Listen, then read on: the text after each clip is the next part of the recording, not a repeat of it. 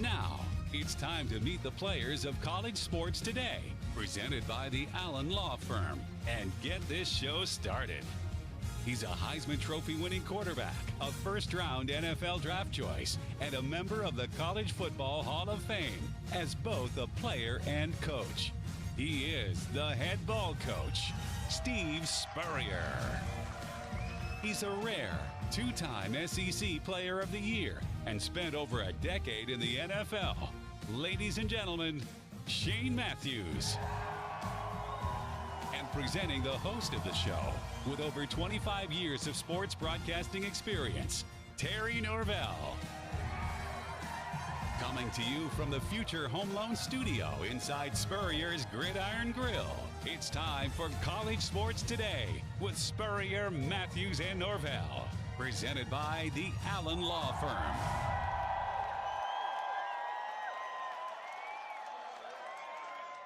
And here we go again, College Sports Today. So very glad you're hanging out with us here on a Monday. We're deep in the holiday season. I hope everything is going good for you and yours. Coach Steve Spurrier is here. We've got a lot to talk about here on a Monday edition of College Sports Today.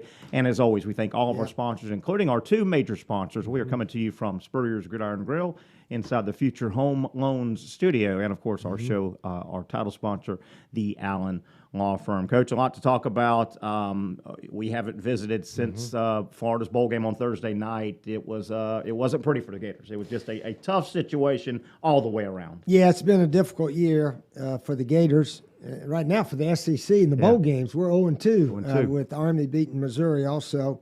But, the game, I guess, was sort of typical of the season. We had a lot of careless penalties. We had jumping offside, all that kind of stuff. We got that onside kick that we couldn't recover. Yeah. Had three guys all around the ball. And then UCF, give them credit, they had one of their running backs ran for 155 yards. Yeah. And they outplayed us, outsmarted us a little bit, and won the game. So it was, I read in the papers, the first time that a school other than FSU and Miami beat Florida since 1936. Wow.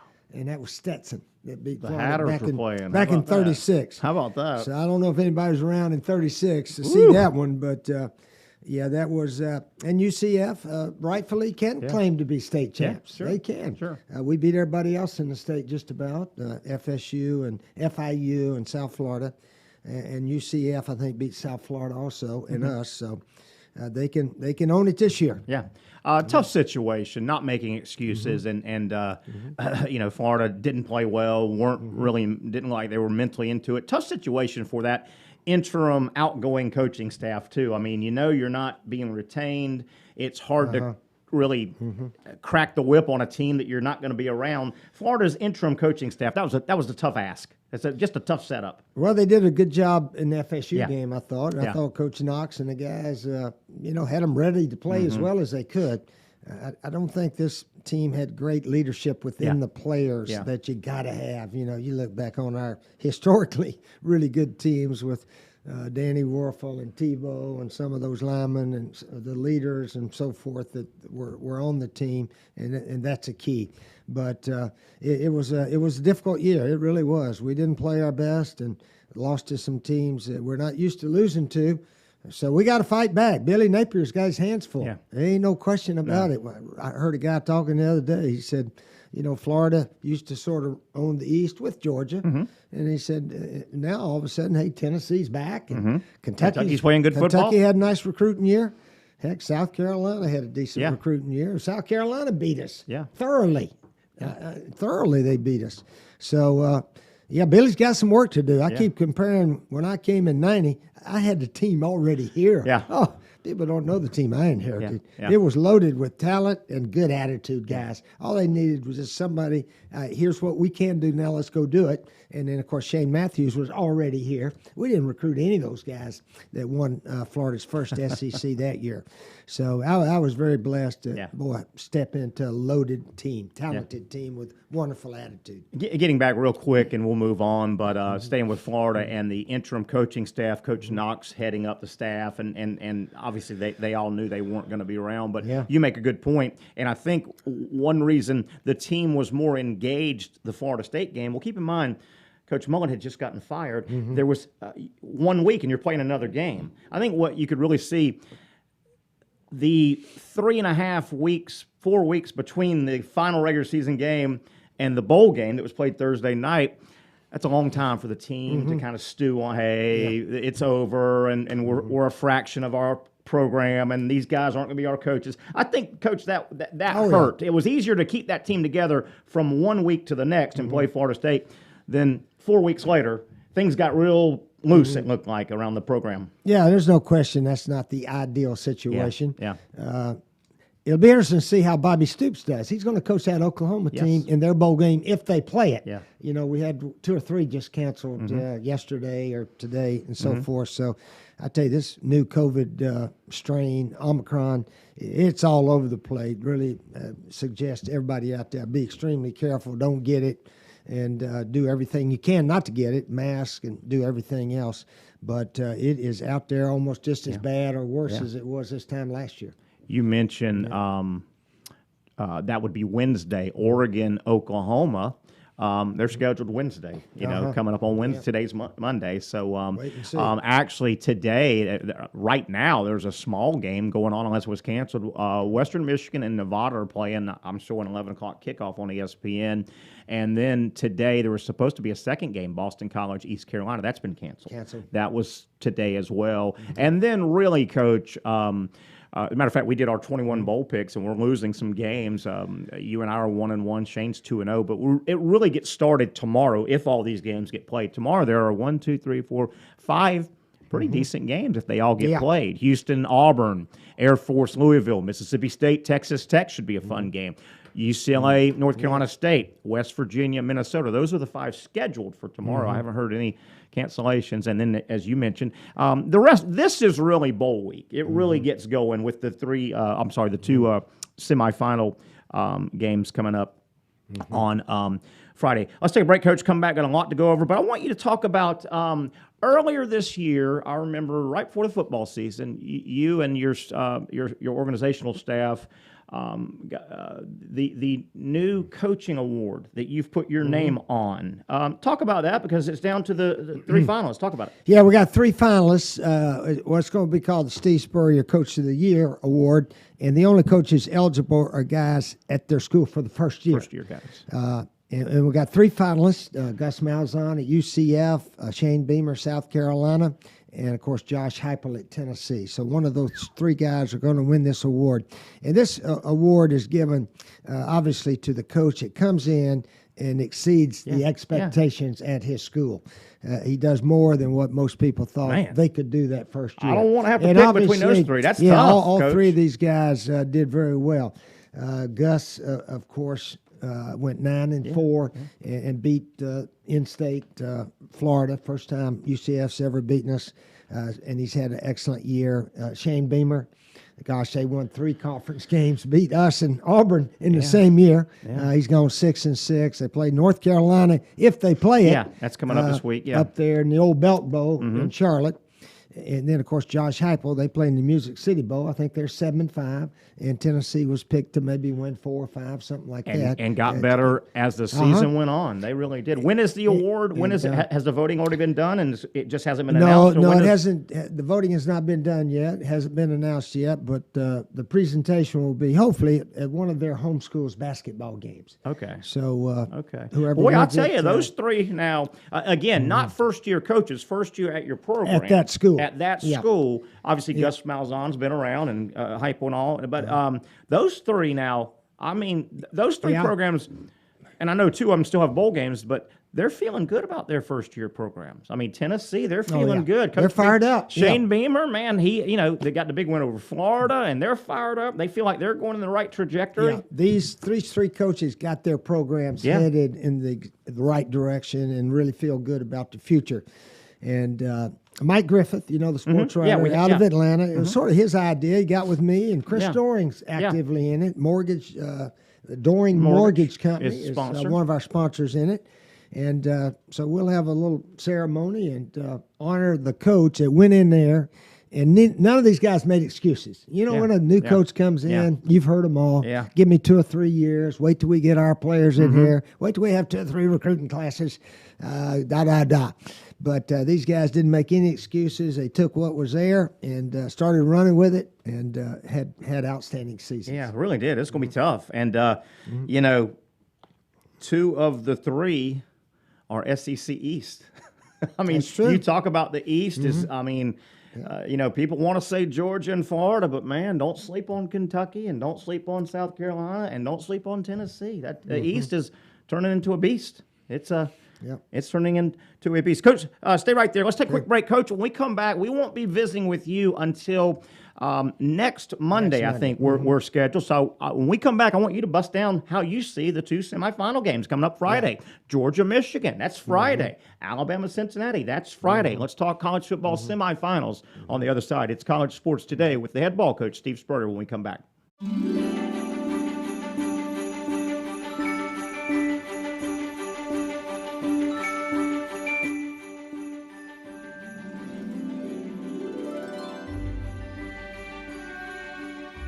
My why, what motivates me, what I work for, what I live for, and what I love, this is it. Let me fight to protect yours. All of us at Allen Law Firm wish you a safe and happy new year.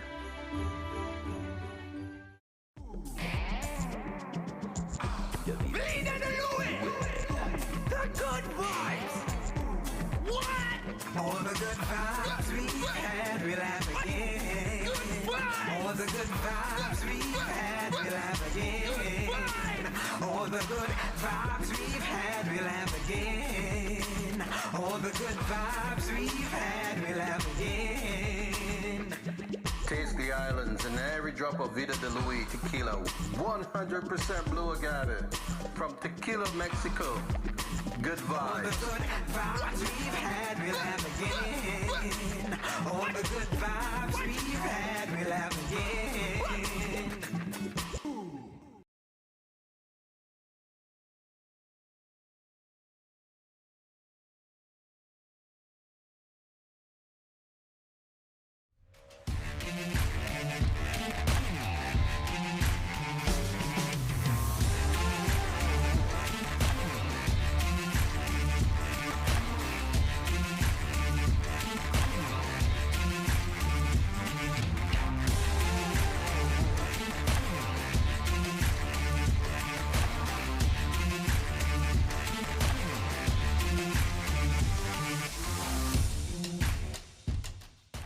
It's time to thank the sponsors that make College Sports Today with Spurrier, Matthews, and Norvell possible. Vida de Luis Tequila, the official tequila of College Sports Today. Make sure you ask for Vida de Luis Tequila by name in your favorite bars and restaurants throughout the state of Florida. And of course, with your next margarita inside Spurrier's Gridiron Grille. Safe Harbor Seafood Mayport, Safe Harbor Seafood Crescent Beach, and Sliders Oyster Bar Neptune Beach. The official seafood restaurants of College Sports Today with Spurrier, Matthews, and Norvell can be found up and down the Northeast Florida coast. Safe Harbor Seafood Mayport, Safe Harbor Seafood Crescent Beach, and Sliders Oyster Bar Neptune Beach. The proud seafood sponsors of College Sports Today with Spurrier, Matthews, and Norvell. J.B. Coxwell Contracting, established in 1983 and offering complete site development. Go with the company generally considered the most well-respected heavy civil construction firm in Northeast Florida.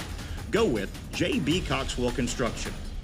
For advertising information to get your business on College Sports Today with Spurrier, Matthews, and Norvell, simply shoot me an email, tnsportsjacks@yahoo.com. Again, shoot me, Terry Norvell, an email, and I'll get back with you. That email address again, tnsportsjacks@yahoo.com. Back on a Monday edition, College Sports Today. The head ball coach, Steve Spurrier, joining us. We want to thank the Allen Law Firm. Of course, they are available for any consultations. If there's a situation you want to discuss, maybe you've been injured or just whatever potential legal situation, you want advice. That's what they're there for. The Allen Law Firm. Give them a call. Pound YES. Pound yes gets you through. And we always want to thank all of our sponsors, including Future Home Loans, the best place if you're in the market for a home mortgage, maybe a refi. They've been doing it for 5 years, growing exponentially all over the the South, contact Future Home Loans. We are broadcasting from the Future Home Loan Studios right here inside Spurrier's Gridiron Grill. By the way, open for brunch. Don't forget brunch. Saturdays and Sundays now, open for brunch year-round. And don't forget this great event coming up, the Florida Manatee Festival, creeping up on us now, Saturday and Sunday, January 15th and 16th over in beautiful Crystal River. They've been doing this now. This will be the 35th time. Look at all the stuff going on. Food courts, beer and wine gardens, arts and crafts all over, vendors, kids zone for the kids to have some fun, even a hippie village. That sounds like a lot of fun. Kayak tours, manatee boat tours, just street entertainment. It's just a lot of fun. Beautiful Crystal River hosts this event, the Florida Manatee Festival, every single January. For more information, go to their website, gomanateefest.com. Coach Spurrier, we've got to get you talking about some college football playoff games. Yeah, let's talk about those briefly here. They come up on Friday. 3:30, Alabama, Cincinnati. We'll start with that one. And then the night game is Georgia and Michigan. Alabama about a 2-touchdown favorite, about 13.5 points right now. Overview, how do you see that thing playing out? Well, Alabama will be ready. We know that. And Cincinnati, they'll be ready too. They'll give tremendous effort, and they'll do all they can to win the game. Obviously, Alabama, I think, is a better team. So you'd have to pick them right now. But Cincinnati will give them a good fight. I really believe that. The next game's going to be the big one, though. Yeah, I think Michigan and Georgia. Yeah, that's two powerhouse schools this year, and I think I'm going to go out on a limb and go with Michigan. Yeah, I met that kid, Aiden Hutchinson. Yeah. He finished second for the Heisman, defensive lineman. Yes, he did. And they've accomplished so far their goals this year of winning the Big Ten and beating Ohio State. Yeah. And now they've set a new goal to win national championship.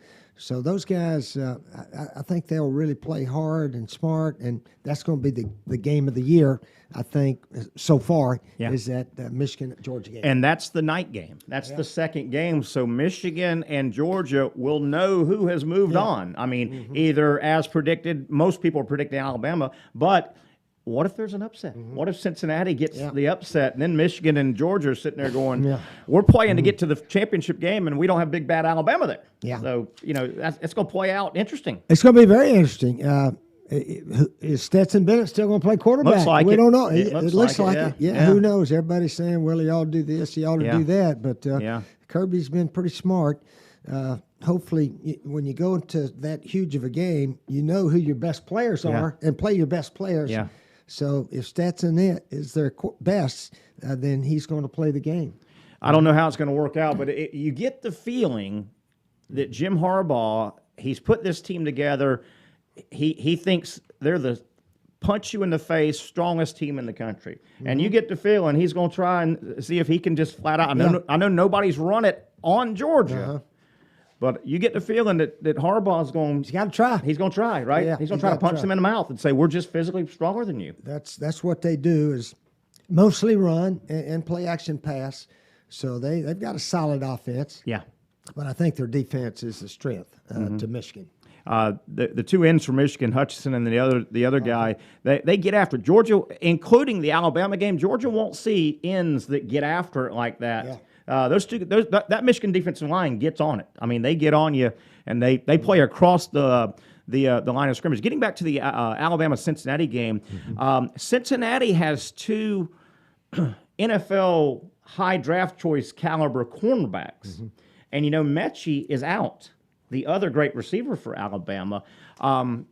If Cincinnati can man up with obviously Williams is still there, the speed guy for Alabama, but Mechie being gone, how big of a blow is that to Alabama? Those two receivers gave everybody hell, but Mechie's gone for Alabama. He won't play. Well, it seems like every time Alabama does get a player hurt, there's somebody else. Those number one recruiting classes seem to stack them in there pretty good shape, and they're smart enough, Alabama, that they have somebody in the wings in case of injury, just about at all the positions. So maybe a person we never heard of, and he may go out there and tear him up in the game. It's so funny what you say, but it's so true. Alabama just 4 years ago, the backup wide receiver was a guy named Devonta Smith. Yeah. And he caught the big pass, The and he stayed touchdown. for 3 and 4 more years, and he won the damn Heisman. Stayed But 3 more. He caught Yeah. that pass, and people were going Against Georgia. Who's yes, yeah. Who's this guy? Who's this number 6? It going wasn't down there? the Ridleys and all those other Uh-huh. guys, at Ruggs and all those guys. He just Devonta waited his Smith. turn. Yeah. The play of Bryce Young, Mm-hmm. Alabama's quarterback, a highly recruited kid, played a little bit last year in a backup role. You know, he got on the field a little bit, but not a lot. Not much. Coach, Mm-hmm. have you? I mean, maybe Joe Burrow a couple of years ago in his final year. Bryce Young, really, I don't even remember him having a bad quarter, much less a bad game. I mean, he's had very little hiccups this season. He's been very smooth. Well, he was stymied against Auburn now. yeah, till the well, but last, yeah. Well, the team last really drive of the game. Yeah. They only had 3 points going Yeah. into that last drive, and he had to make a 4th and 7 or 8, something and like damn that. if he didn't to do keep it. it going. When it was go time. And then Auburn played bump and run, and they Yeah. let him throw it over their head for the touchdown. So, but he's a talented player, can make plays. Yeah. And, just recovering his own fumble that time against Huge Georgia. We talked against about Georgia. that. Was a big play in that game. So, yeah, he's a good player, wonderful young man, leader. He's got all the qualities you look for. He really hasn't stubbed his toe anywhere. And you mentioned the Auburn game. I thought that was more Alabama's offensive line just got absolutely whooped by Auburn. little bit. And he was getting chased. But, I mean, remember he got the first start in their TV game with Miami. And Miami wasn't great, and we figured that out. But Bryce Young, a couple weeks later, he rolled into a raucous swamp here and played his tail off. He was just steady Eddie the whole season. So Mechie's out for Alabama. Brian Robinson, the running back, you would think after 4 weeks now he's banged up. Their starting running back was banged up, and Bama was searching for some running backs. Cincinnati has Desmond Ridder, the quarterback, he's not Johnny Manziel mobile, but he's got enough wiggle to and that's not just an Alabama thing, but those kind of quarterbacks can give you They trouble. give trouble. Yeah. And he's been around too. Cincinnati will have a plan to beat Alabama. Yeah. And whether or not they can do it, we'll wait and see. But Alabama is beatable, as we have seen this year. Yeah, but you like Alabama in the game. Oh, yeah. You like Alabama in the game. I think I'm there as well. Now, when we were doing our picks, I know I picked Georgia to beat Michigan. Coach, every day that the game gets closer, I think Michigan's got more of a chance. I don't know what I just think Michigan, and do you worry? I know they're playing for a championship, get to a championship game, but do you worry that Alabama game took some steam out of Georgia? I think it did. And you also worried their D coordinator Lanning. got the Oregon job, Lanning. so he's sort of He's looking in and out, there, yeah. recruiting. He's doing this, Yeah. that, and the other. I remember Mark Rick one year, FSU was undefeated, is when they played Oklahoma. Oklahoma, yeah. And he just gotten the Georgia job, so he's recruiting for Georgia a little bit and then trying Yeah. to be offensive coordinator. And basically got shut out. Oklahoma beat them 13-2. They got a safety at the end of the game. But so anyway, it was when you got coaches leaving. They talked about Yeah. Lane Kiffin. Yeah. He got booted or kicked off or fired before the national championship game. Yeah. Alabama lost that one. Yeah. So stuff can happen within your staff that could Yeah. cause confusion with the team. I'm not going to say that's going to be a deal breaker, but it certainly is not going to help. Yeah. You know what I mean? I'm not going to say it's going to cause Georgia to lose, but it's not going to help. It's Exactly. It's not the optimum. It's not just what they say, another distraction that Yeah. could play a part in it. Yeah, That yeah, could. definitely. But I'm with you. On paper, you kind of think that the first game, the 3:30 game, is Cincinnati and Alabama. You kind of think as that thing goes on, Alabama may take control, and I hope it's a good, solid game. I think Alabama will win. But boy, Georgia and Michigan are a lot alike too. I mean, we talked about Michigan's built now. They think they're the Big Ten, punch you in the mouth. Well, Georgia thinks they're more physical than anybody, and their numbers all year have said they're tough. But Georgia plays that. We're bigger and stronger than you. So that's going to be a hell of a night game, isn't it? Hell of a game. Yeah. Again, I'm really looking forward to watching that one. Michigan, I believe, is still the all-time winningest college football team in the nation. I think so. They started playing around 1890, something like that. And Georgia started way back, too. They started 1898 or somewhere in there, I think. So it's two traditionally rich college football teams. Yeah. going at it. They had, it's been on multiple times over the last several years. But they ran back to back to back to back that ESPN SEC 150 years of the SEC, and it went back and college football, but it focused on the SEC a lot. It was a lot of fun though. But you mentioned, gosh, Georgia's playing in a Rose Bowl back in the turn of the century. I mean, they've been playing football a long time. Have you seen that series, that 150 years of college football? Really good. Yes, really good. Really, really shows the history of the sport and. Really fascinating. It is, and then I was watching. It was going, decade by decade. You started. I mean, it wasn't an SEC show per se, but you start hitting the 70s, 60s, and 70s, and it's Alabama and Bear Bryant, and then the 80s, and Georgia rears their head. In the 90s, a guy named Steve Spurrier. It turned into an SEC show, even though it was 150 years of college football, because the SEC had dominated. Coach, before we get out of here, I don't think you've heard anything. What's the SEC going to do with Texas, Oklahoma? They have to go in two different sides, or do you think they'll totally realign? What do you think? What do you think happens? I haven't heard anything. Yeah. I would imagine they would be in the same division. Keep them on one, and they need to play each other. Do you think there'll be some big movement? So there'll be some realignment within the SEC. You think heavy? I think Auburn will come over to the east, and maybe one other school. I mean, to even it up, if Oklahoma and Texas A&M stay over there. Yeah. So. In Texas also, they should be on the west side, sure. So, but I haven't heard anything. Yeah. I think they haven't worried about that yet. Yeah, you would think that You would think we will hear something February-ish, March-ish. Get through the season. But that's the next big thing coming out of the SEC. There's what they do with Texas, what they do with Oklahoma, when they're going to officially come in, and then what's the conference going to look like? It's going to be neat. It's going to be interesting.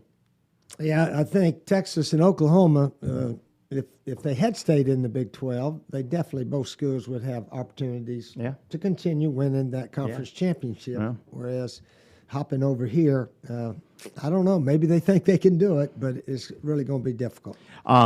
Last thing, Coach, and then we'll come back and wrap up. I've got some other things I want to get to. Around bowl season, several bowls have been canceled. Take away the canceled games with the virus, bowl season, it's just, we're seeing it again, so many opt-outs. I mean, I picked Army to beat Missouri, but I had no idea that Beatty wasn't going to play. That was like 2 days before. This is just, it's got to be hard on the fan, too. I'd be so mad if I flew down and hoteled and ticketed, and all of a sudden it's like going to Broadway and the stars aren't in the play. The backups, the understudies are. Bowl season is struggling right now. Yeah, I sort of looked at it when Coach Drinkwitz said I basically pulled Beatty out of the game because he said I couldn't live with myself if he had a serious injury during this game. And then I'm watching the Jags play the Jets yesterday, and their running back Robinson tore his Achilles. Yeah. And I started thinking, well, what if Beatty had tore his Achilles in that bowl game? That would be disastrous. Yeah. But I don't know. Football is a dangerous sport, as we all know, and you try to be as good a physical shape, mentally, and all that as you can, but injuries do occur. But you would like to see everybody pretty much have their entire team there. Yeah. But this opt-out, it's the wave of the future, and you can't do anything about it. I still think. But the good schools seem to keep their players there. They really do. I still think what you and I talked about a week ago, Rick Neuheisel's been kicking it around. They may want to look at putting some of these bowl games beginning of the season. Now, you remember now, college football has the Labor Day, basically a 5-day Labor Day weekend is owned by college football. The NFL has given that up. They want to start after Labor Day. The NFL thinks it's just more advantageous. Vacations are finished. Kids are back to school. So college football owns that Labor Day, Thursday, Friday, Saturday, Sunday, Monday, that Labor Day weekend. To me, that is sitting there. That's 5 days that you can have bowl games beginning of the season with good matchups. That's right. With good matchups. Something's got to happen, though. I miss watching the bowl games, and you could tell both teams wanted to be there, and they're playing 100%. Coach, thank you so much. So you're on the record Alabama. You're on the record Michigan and Alabama. I'm going to go on a limb and say Michigan They got all their coaches still there, all their players. They all know their assignments. They got no distractions here, there, or the other. And they just might be ready to win it all. How ironic would it be that Jim Harbaugh, if he gets 2 more wins, and he has been run out of Ann Arbor 100 times in the last 6 years, but he could go get 2 more wins, and Jim Harbaugh says, all right, boys, you ready to run me out? I think he got some new coaches really helped him, especially the new defensive coordinator. A guy came over from his brother's team, the Baltimore Ravens. Yeah. And, the Ravens, they struggled yesterday, giving up over 500 yards to Joe Burrow. A funny day in the NFL yesterday, wasn't it? Yeah, Joe Burrow, they asked him about, did you guys sort of running up on these guys a little bit? And he said, maybe, who knows. I think one of their coaches had said that we're not going to crown Joe Burrow the best in the league yet. And so, anyway. Yeah, you got to always be careful what you say in the pre-games and so forth, I guess. And, Coach, I know you were dumbfounded a little bit just watching the Jaguars game at the end. And what were you watching? Who was running? What was going on there at the end of that game? Well, I thought Coach Shoddy called a really good game. Yeah. I wish the Jags had run the ball a little bit more on the 1-yard line, just occasionally. Do we have some kind of play, maybe a sweep, fake reverse, or something or other? But there's not a lot of room to throw it in down there. But it seems like everybody keeps trying. Unless you got some kind of trick play that you can hit one of those offensive tackles when he's eligible. That seems to be the play that worked mostly yesterday. Yeah, no doubt about it. That is the head ball coach. We'll take a break, come back. I'm gonna address a little bit on the other side. What's hurt this bowl games, the bowl season? We'll talk about that as we wrap up. We'll let Coach Spurrier get about his business here on a Monday. It is a Monday edition of College Sports Today.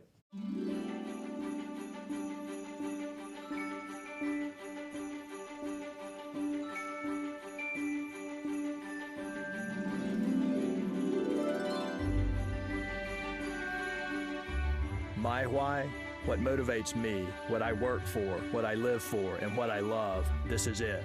Let me fight to protect yours. All of us at Allen Law Firm wish you a safe and happy new year.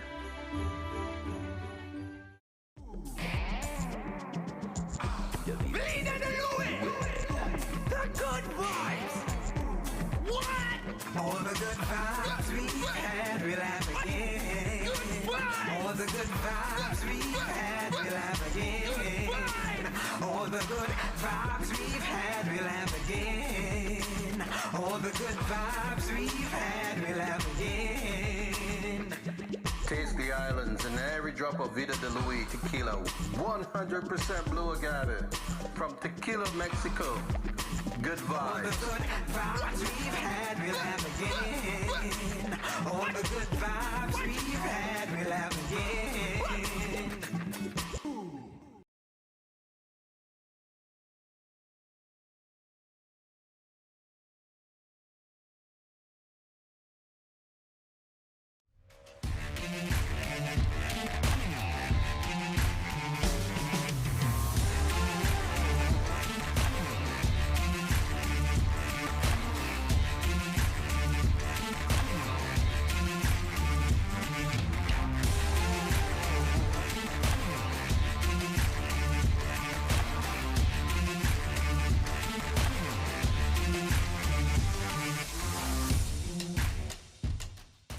It's time to thank the sponsors that make College Sports Today with Spurrier, Matthews, and Norvell possible. Vida de Luis Tequila, the official tequila of College Sports Today. Make sure you ask for Vida de Luis Tequila by name in your favorite bars and restaurants throughout the state of Florida, and of course, with your next margarita inside Spurrier's Gridiron Grille.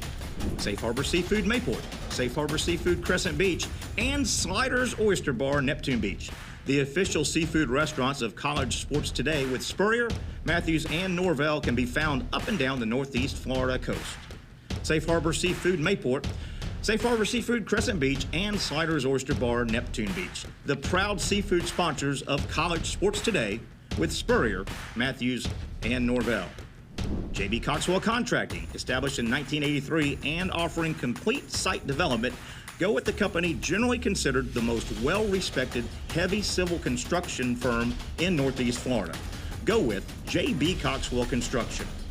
For advertising information to get your business on College Sports Today with Spurrier, Matthews, and Norvell, simply shoot me an email. tnsportsjacks@yahoo.com. Again, shoot me, Terry Norvell, an email, and I'll get back with you. That email address again, tnsportsjacks@yahoo.com. For those of you that care or maybe have something writing, there is a bowl game going on right now. The Quick Lane Bowl has Western Michigan. The Broncos are up on Nevada, the Wolfpack, 14-3. So there you go. The second game today has been canceled. What was that, Boston College and somebody? But there is a bowl game going on right now. Tomorrow it kind of heats up. Tomorrow there's, as long as they get played, tomorrow and the rest of the week and really through, there's even games after Friday's semifinal, obviously January 1st. But tomorrow, really some bowl games. If they all get played, they heat up. Wrapping up a Monday edition, I want to thank all of our sponsors. You saw them a moment ago. Thank you. They make this show happen. So far, our Safe Harbor Seafood Bowl picks, there have only been 2 games that we've picked. Coach Spurrier and myself and also Shane Matthews, we picked about 21 games. A couple have been canceled. So far, only 2 are in. I'm 1-1. Coach Spurrier's 1-1. Shane's 2-0. He picked UCF and Army. I had Army. I picked that one right, but I had Florida beating UCF. Coach Spurrier is 1-1 as well. Bowl season. Why has bowl season lost its luster? We're talking about what can be done, but why? Why are we where we are? A couple theories I want to kick out and get you thinking about it as we're in bowl season. Couple things that come to mind as a guy that I'm old enough to remember when all the bowls were really important. They were fun and you loved them and everybody played in them. A couple things. Number one, we are in a fast society. We are in a now society. With that said, I can kind of understand why some of these guys are opting out. Even guys that love their school, love their program, if you know you're already done in college, you know you're ready to move on, okay? You may have already played 39 games, 13 a season for 3 years. You may have played 50-something games for your school. You love your school, but we are in such a fast society now. If you know you're ready to go ahead and try the next level of professional football, asking a kid now to hang around a program, stay engaged the entire month of December. Thinking about it. The final regular season Saturday was November 27th. We're now sitting here December 27th. 1 month later, you've got to be around the program. These kids, asking these guys to be engaged for 3.5, 4 more weeks, I think it's a big ask. We're in a fast now society. Second, now these kids are going to have a little money in their pocket. You may have played 3 years, 4 years of football. You may be ready to go on to the next stage of your life or try your professional football future. You also, for the first time, might have a little money in your pocket. Well, you know what? You might be wanting to go ahead and do a little traveling, go back home. You've played 39, 52 games for the old school. So a couple things. 4 weeks in between, I think now, modern day, is an eternity for a kid that knows he's going to go ahead and move on. He says, man, I've already played 39 games in 3 years, 52 games in 4 years. I think that kid says, man, I don't want to be engaged for 4 more weeks. I want to get on with my life. Another thing, the NFL Combine, that thing is always in February. That is a big money job interview. These guys look around and go, if I stay engaged with my college team, I can't start. Maybe I need to add weight. Maybe I need to add strength. Maybe I need to go to a speed camp. My agent has got all this set up. I've got 8, maybe 10 weeks to improve my physical conditioning, whatever my deficiency is, before I go to the combine. And the combine is about big money. The combine doesn't help. These guys are opting out because they want to go to the speed camp and knock off a 1/10 of a second. A 1/10 of a second or 2 in Indianapolis at the combine can be worth a lot of money. Maybe they want to work on their strength. Maybe they want to work on bulking up a little more or taking some weight off. Asking these kids to stick around 4 more weeks, and you may say, well, wait a minute, you've made a commitment. Well, these guys look around and say, hey, I've played 3 years. I've given my blood and sweat and tears. I can see. I just don't know if it's going to get a whole lot better with all these factors. Right now, though, save for a handful of bowl games, of course, the 3 championship games, the 2 semifinals and the final game, move those aside. maybe a few more, save for a handful of games. Bowl games aren't that much more really exciting or interesting than spring games. They're barely ahead of spring games. I hope we can figure out a way to fix these bowl games because I enjoyed it. That'll wrap it up. We're going to step out of here. I hope you enjoy the rest of your week. A lot of bowl games are scheduled to be played, and don't forget Friday coming up, 2 games, 3:30 and 7:30. After Friday, we will have the championship teams decided, and they will play on January 10th. That'll wrap it up for the head ball coach, Steve Spurrier, and Evan Miller. I'm Terry Norvell. Hope you have a good rest of your day. We'll get back together later in the week previewing the 2 semifinal games. Have a good day, everybody.